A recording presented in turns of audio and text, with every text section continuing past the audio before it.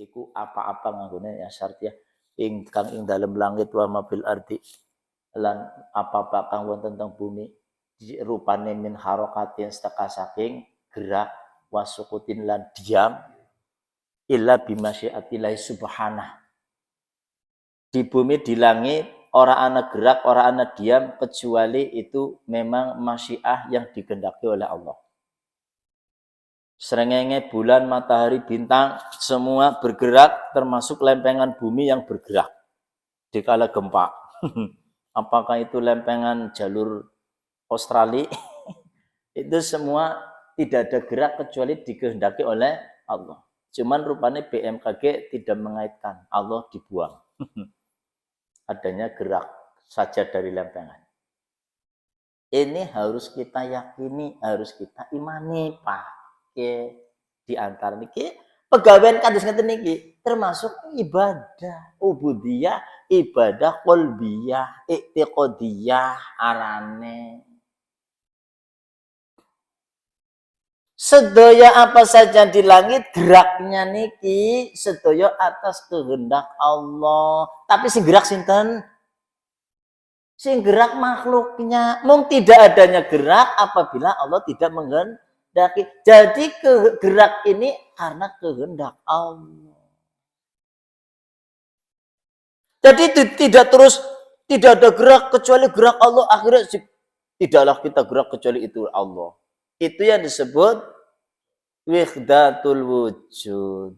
Gitu ya. Monet tidak ada Allah, tidak ada makhluk kecuali Allah, tidak ada perbuatan kecuali perbuatan Allah. Itu keliru, Pak. Ya, keliru. Keliru.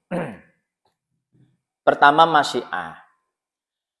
Cuman dong masyiah ki sudah demit. Wa ma tasyauna illa ayyasha Allah. Ya. Seakan-akan eten, kamu tidak punya kehendak kecuali kehendaknya Allah. Niki keliru. Ya. Niku keliru, Pak. Itu akhirnya sebagaimana yang diyakini oleh golongan wahdatul wujud, ya, pecahan dari golongan Jahmiyah, golongan Jahm. Yang mana di Indonesia itu terkenal dengan Syekh Siti Jenar, itu ya. Akidahnya Siti Jenar itu wahdatul wujud, Pak. Mulanya dalam salah satu dialognya kan waktu Syekh Siti Jenar dipanggil oleh salah satu utusan Dewan Wali, Pak. Bahwa Tuan Siti Jenar dipanggil oleh Dewan Wali. Apa jawabannya? Tidak ada Siti Jenar, yang ada Allah. Boleh enggak kira-kira seperti itu? Karena Siti Jenar meyakini wujud makhluk adalah wujud Allah. Itu begitu, Pak. Kita kira-kira benar apa bukan? Sekilas kan benar ya. Sekilas kan benar. Wujud alam, wujud makhluk, wujud Allah. Gerak alam, gerak makhluk, gerak Allah. Ini yang dipahami itikadnya orang. Ngoten ya.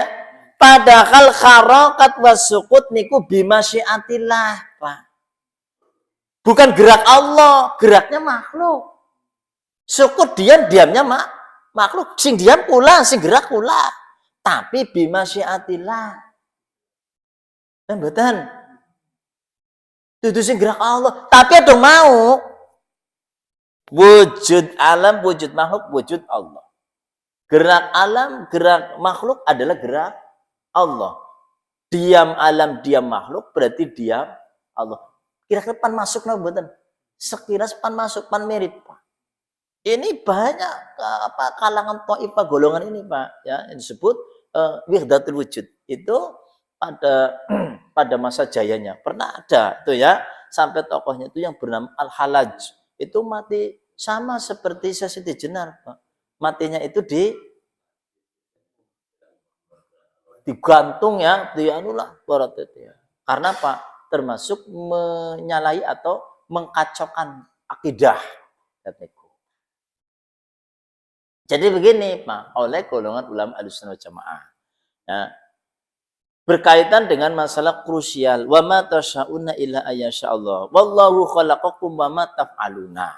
Allah yang menciptakan kamu dan menciptakan pekerjaan kamu. Saya tanya,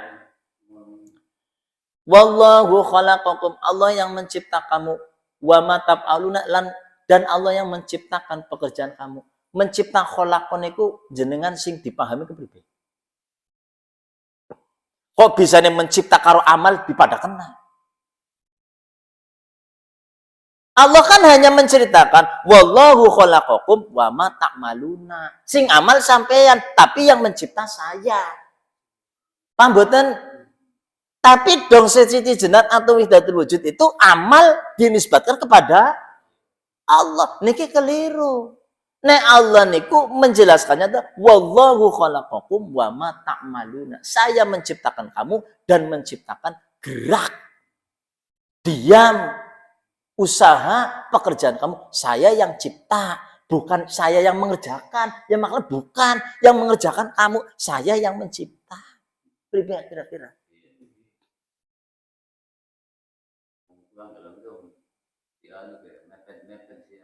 Mepet Pak. Ya, sangat kemelut. Saiki. Bisa insyaallah khalaqakum. Kita harus setiap apa yang dibicarakan oleh Allah, diksinya ya, setiap kalimatnya dipahami Pak. Takrifnya khalaqon niku napa? Amal niku napa? Nggih. Amal niku kepripun, khalaqon niku kepripun? Coba jenengan bedakan.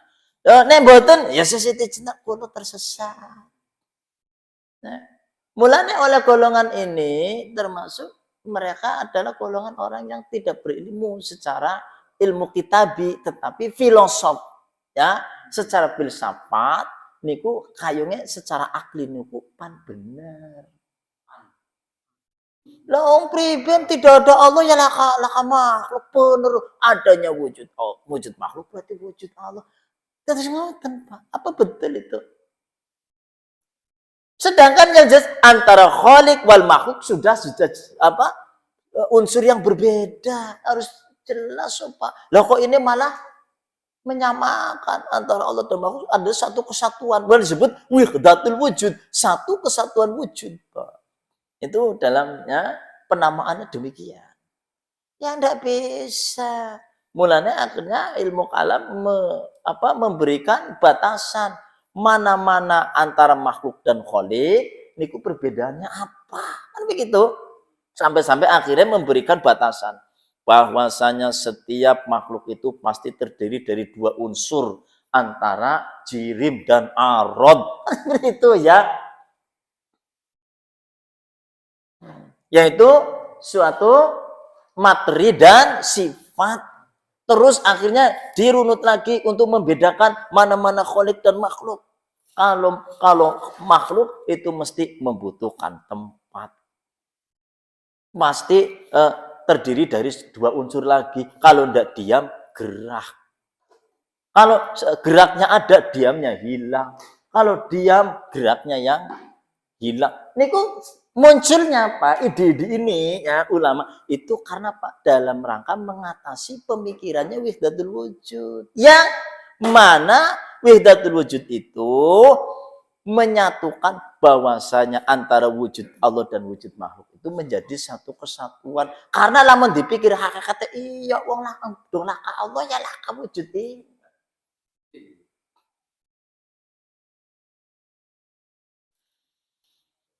Jadi begini ya. Kholak Pak, ini ya ben jelas lagi. Kholak ya. Kholak niku Pak itu kholak. Kholak niku gini ya Pak ya. Ben radan niki rada cetak. Kholak niku adalah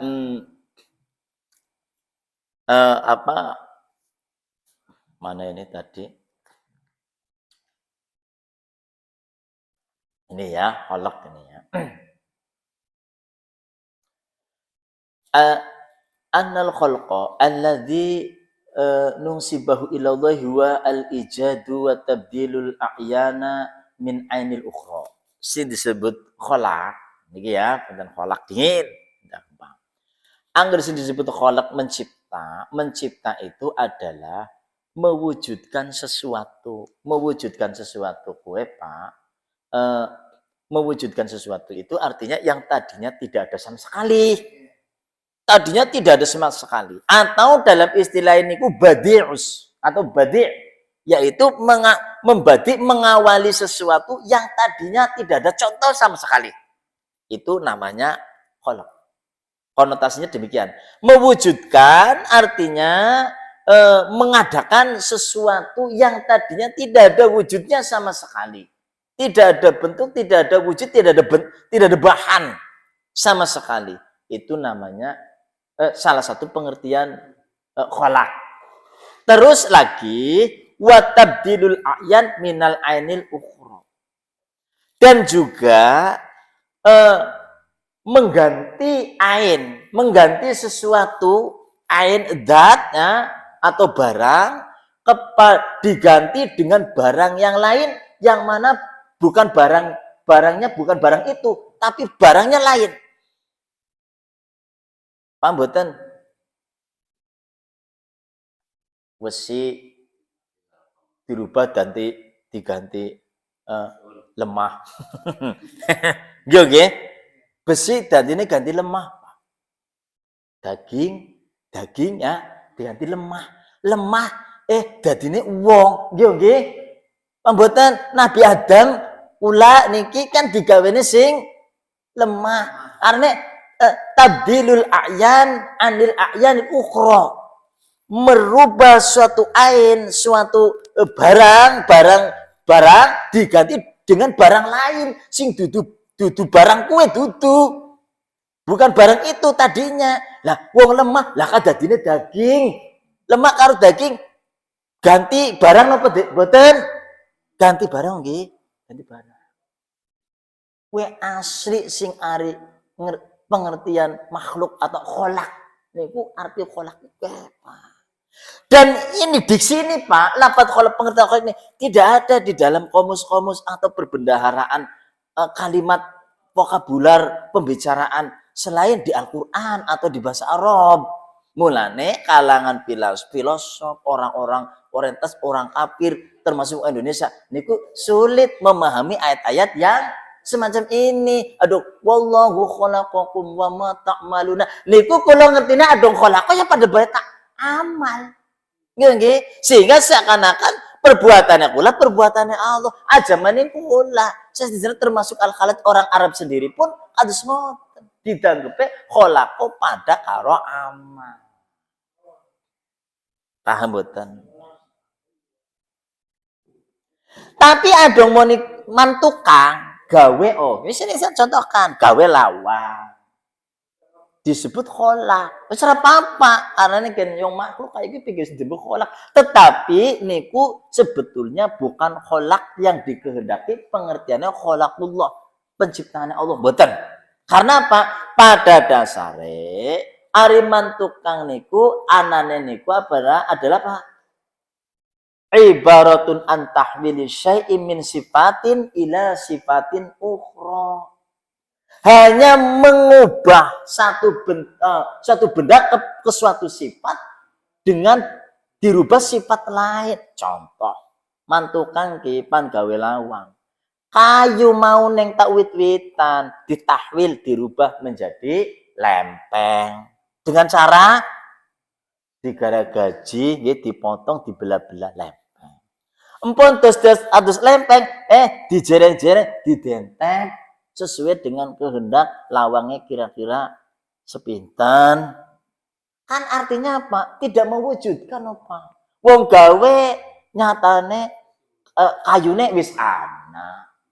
Kali adong muni gawe wong genak gur kayu dientep-entep. Kan tidak mentabdil ainun ila ainin nggih. Adong mau Gusti Allah kan mengganti suatu benda ke benda diganti dengan bentuk benda lain yang bukan benda yang tadi. Arika kan itu tetap kayu, cuman ditakwil, dirubah bentuknya akhirnya kayak lawang, kayak kursi, ya amben. Itu dimulai apa? Mencipta.